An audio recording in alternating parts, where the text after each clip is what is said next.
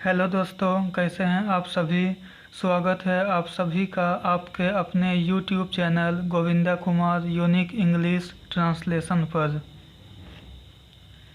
दोस्तों, 3 नंबर और 4 नंबर आप सभी को होमवर्क के रूप में बनाने के लिए दिया गया था और मुझे आप सभी पे पूरा विश्वास है कि आप सभी का ज़रा सा भी गलत नहीं हुआ होगा, आप सभी का पूरा सही हुआ होगा।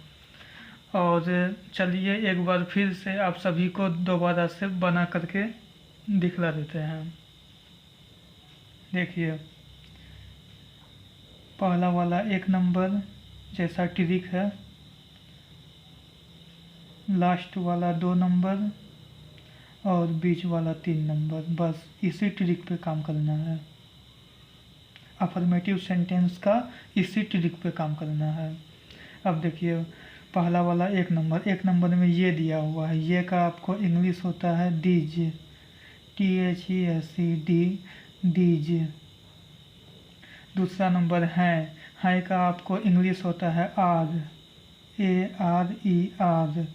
तीसरा नंबर सेब, यहाँ पे सेब जो है, सेब यहाँ पे इसका एप्पल कभी नहीं लिखा जाएगा। क्यों? क्योंकि यहाँ पे है में बिंदा दिया हुआ है और है में बिंदा का यहाँ पे मतलब ये होता है कि सेब यहाँ पे प्लुरल में दिया हुआ है, तो यहाँ पे एप्पल के बदले यहाँ पे एप्पल्स लिखा जाएगा, APPLES, एप्पल्स। हिंदी में पूर्ण विराम, इंग्लिश में फुल स्टॉप। अब आप देख लीजिए, दीज आर एप्पल्स, ये तो आपको इसका इंग्लिश हो गया। और यदि आपको कहा जाएगा कि दीज आर एप्पल्स, इसका हिंदी ट्रांसलेट करने के लिए, तो आपको घबराने का कोई भी बात नहीं है, आपको इसी ट्रिक पे कर देना है। पहला वाला 1 नंबर, लास्ट वाला 2 नंबर और बीच वाला 3 नंबर।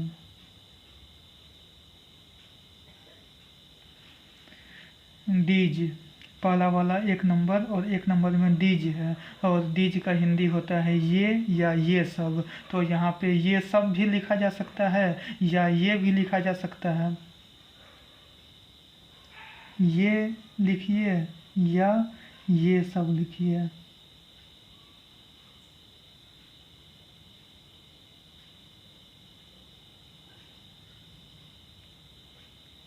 और दूसरा नंबर एप्पल्स, यहाँ पे सेव हो जाएगा।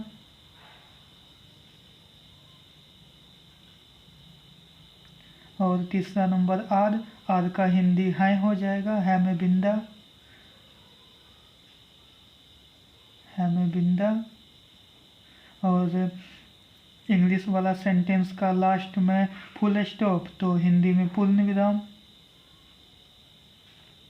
हो गया। अब मिला लीजिए, ये सेब है, इसका आपको इंग्लिश ट्रांसलेट हो गया दीज आर एप्पल्स, पूरा सही है। और दीज आर एप्पल्स, इसका आपको हिंदी ट्रांसलेट हो गया ये या ये सब सेब हैं, ये भी पूरा सही है। आप कुछ भी दे सकते हैं, आप दीज के जगह ये भी दे सकते हैं या दीज के जगह आप ये सब भी दे सकते हैं, दोनों में से कोई भी आप दे सकते हैं। अब आप देखिए 4 नंबर, वे अंडे हैं। बस अफर्मेटिव सेंटेंस का जो ट्रिक होता है, पहला वाला 1 नंबर,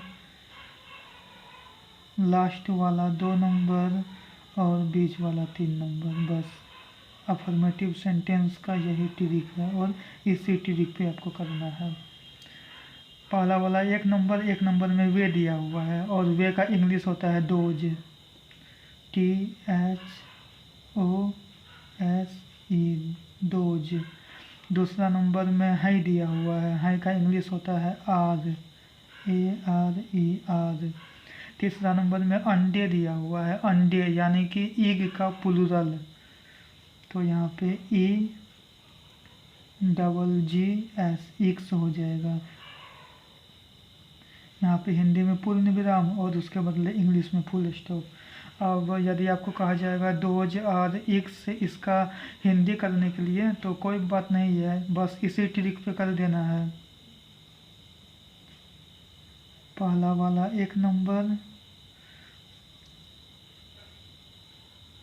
लास्ट वाला 2 नंबर और बीच वाला 3 नंबर, बस। दोज का हिंदी होता है वे या वे सब, तो आप दोनों में से कुछ भी दे सकते हैं, वे दे सकते हैं या वे सब दे सकते हैं।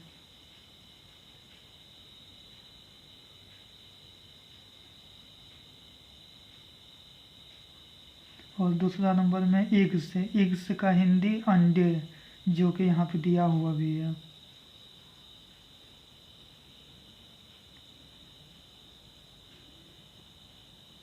और तीसरा नंबर में आर का हिंदी है।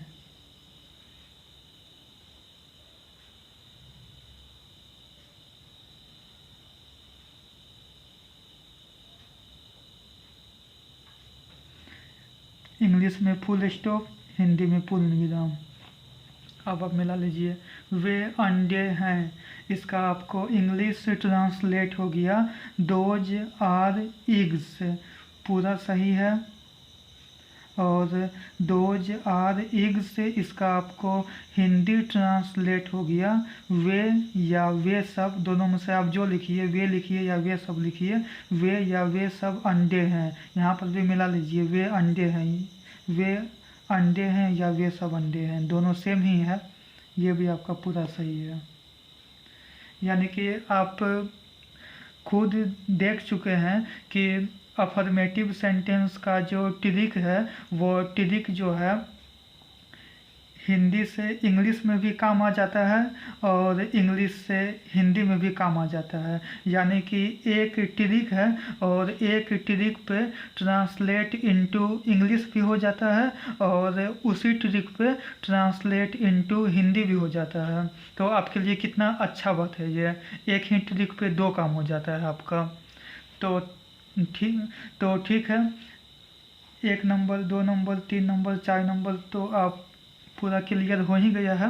और अब आपसे कल की वीडियो में मिलते हैं 5 नंबर और उसके आगे वाला सेंटेंस लेकर के।